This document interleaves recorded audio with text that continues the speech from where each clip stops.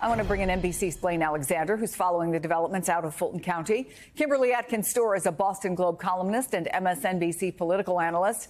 And MSNBC legal correspondent Lisa Rubin joins me here on set. Okay, Blaine, several hours in court today. Get us up to speed on what happened.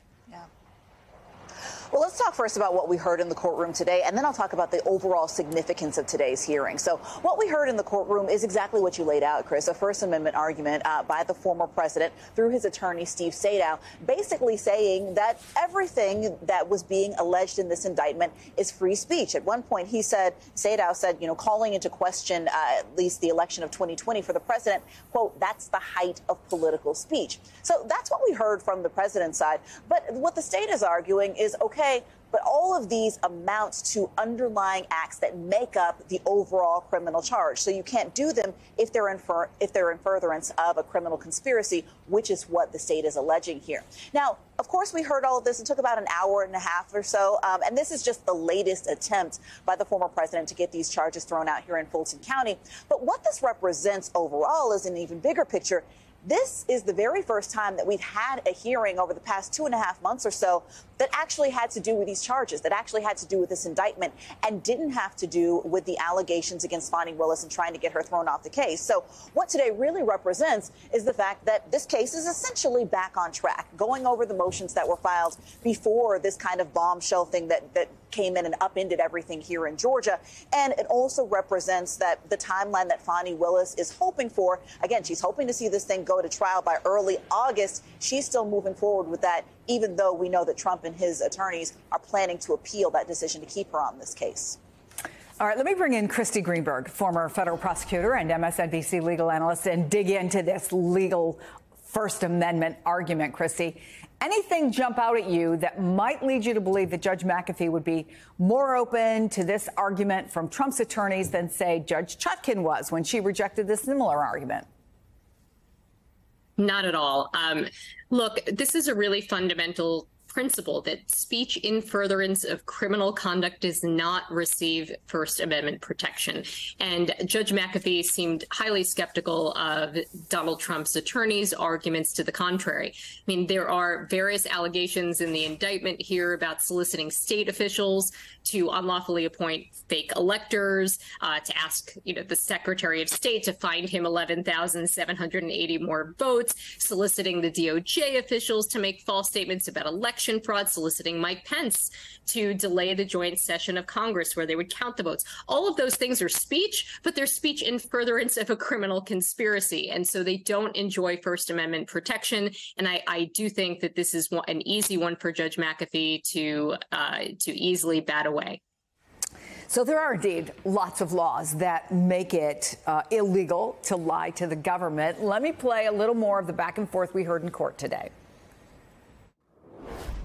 He's not being prosecuted for lying. He's being prosecuted for lying to the government, an act which is illegal because it does harm to the government. That's the exact reason why in several of the Supreme Court cases, it's been found to be protected speech because it deals with the government, and falsity in sense of communication with or to the government is best dealt with through true speech, not through prosecutions, because prosecutions chill speech. What do you make of that back and forth, Lisa Rubin? I'm going to say generously, I think Donald Wakeford, who's the lawyer arguing that for the district attorney's office, has the better of the argument. Of course, there are very generous protections to core political speech offered by our First Amendment case law. On the other hand, the case that Steve Sadow was citing most frequently this morning to support his argument doesn't exactly say what he says it does. It's a case that has to do with the invalidation of something called the Stolen Valor Act. It was an act Congress passed to prohibit people from essentially saying, I received this medal, when in fact they did not. But here, and in that case, what the justices said was that, of course, doesn't stop Congress from passing a law that punishes speech that's sort of incidental to or even integral to other criminal activity, as Christie was saying. And here, as Donald Wakeford was saying, we're not punishing the guy for lying. The charges have to do with who you lied to and what harm you caused. So, for example, you can't lie to the government, either in a statement or in a false writing. That's as fundamental to our system of justice as just about anything else. Christie knows well that the courts of this country are littered with prosecutions for false statements or false writings, to Congress, to the FBI, to prosecutors themselves.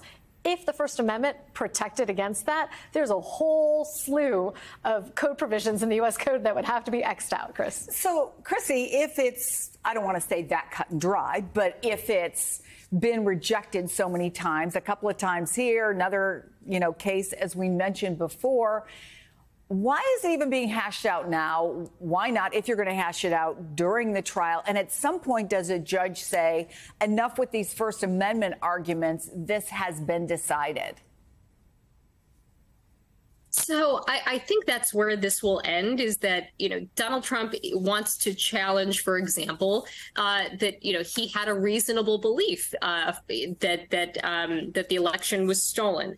And those kinds of arguments, that really doesn't implicate the First Amendment. That's really about whether or not the jury believes that he made these false statements knowingly. That's what makes it a crime. Just making false statements on its own is not criminal. It's when you're making the false statements knowingly and in furtherance of a criminal scheme, that's what's going to make it a crime. So again, those are issues that will be hashed out at trial, not at this hearing. So, Kimberly, how much of these motions do you think, particularly Trump's First Amendment argument, is for public or political consumption more than the thought, oh, we're gonna get them to toss this case? Yeah, so I actually think, and his legal team does a lot of deflection, a lot of political messaging in these cases. I think what you're seeing today is something that is very normal and run-of-the-mill. When you have a criminal trial, before that trial gets started, the defendants almost always bring a motion to dismiss some or all of the charges and present the best arguments they have. They do it for a number of reasons. Sometimes they have really good arguments. I think on this side, I agree with the other panelists saying that this is a loser today. Other times it's to preserve these issues on the record so that you can appeal them later. And also, just as a good litigator, you would take as many shots before the judge as you possibly can. You try to bring it at this point, and then once you get into trial, you make these arguments again that can be handled then. And then if you're on the losing side, you can use them on appeal as well. So what you're seeing playing out today is probably closest to the sort of normal kind of litigation as opposed to a lot of abnormal things we've seen in some of these cases. But I will say one point about the merits argument that Maddow was making. He was saying that it's protected by the First Amendment because Donald Trump was, as he said, dealing with elections and campaigning. That word campaigning, he should proceed carefully, of course, right? Because Donald Trump right now is asking the Supreme Court to rule that he is immune from prosecution in the federal cases because he was acting in his role as president, not as his role as a candidate who was doing campaign activity. So this First Amendment argument goes against another argument that he is making before the U.S. Supreme Court, and that's dangerous territory right there. As you were speaking, Kimberly, Lisa was looking at me and mouthing, so smart. Do you want to add something to that? I do. I mean, I think what Kimberly observed today is a perfect illustration of why Donald Trump's multiple legal troubles and his multiple legal teams are itself dangerous for him.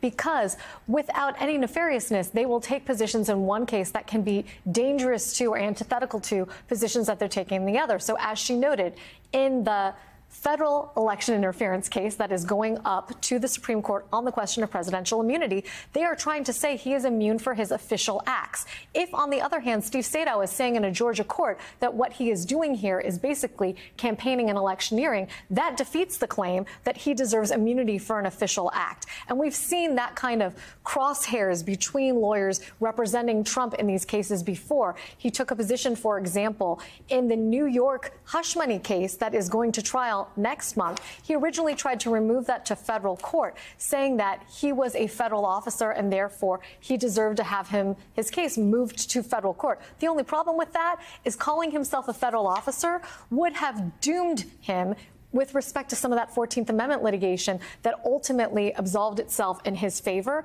But those two positions were at crosshairs with each other then, too, and we see it again today, Chris. So, Blaine, we should note that even though Judge McAfee ruled that DA Fani Willis can stay on this case, is there still a chance she could be removed? There is, because we know that it's going to be appealed. And so when we kind of look at just the timeline of this, first, Judge Scott McAfee has already given the green light for Trump and his co-defendants to appeal. Steve Sadow has told me in conversation and also in public filings that he has every intention of doing just that. And he's got until Monday to file that paperwork. So we know that there's going to be an appeal. But what's interesting about this, Chris, is that we now have two parallel tracks playing out. While this makes its way through the appeals court, we wait to see whether it's going to be taken up, what happens there. It's also going to be moving full steam ahead here in the Fulton County court. So we know that what we had before was all of this was kind of lumped together, basically. Nothing was moving forward in the case until the issue of whether Fani Willis would stay on the case was actually decided. Now those two things are separate. So the appeals process is going to be moving forward. There is a chance that those judges make a different decision, but at the same time, the timeline here in Fulton County is also going to be moving ahead as well. Until we get, Kimberly, to the actual trial, or any actual trial, right, assuming we know which one is coming next, do any of these wins or losses in court, do you think, affect the politics of this? Until there actually is a verdict, are we just set where we're set?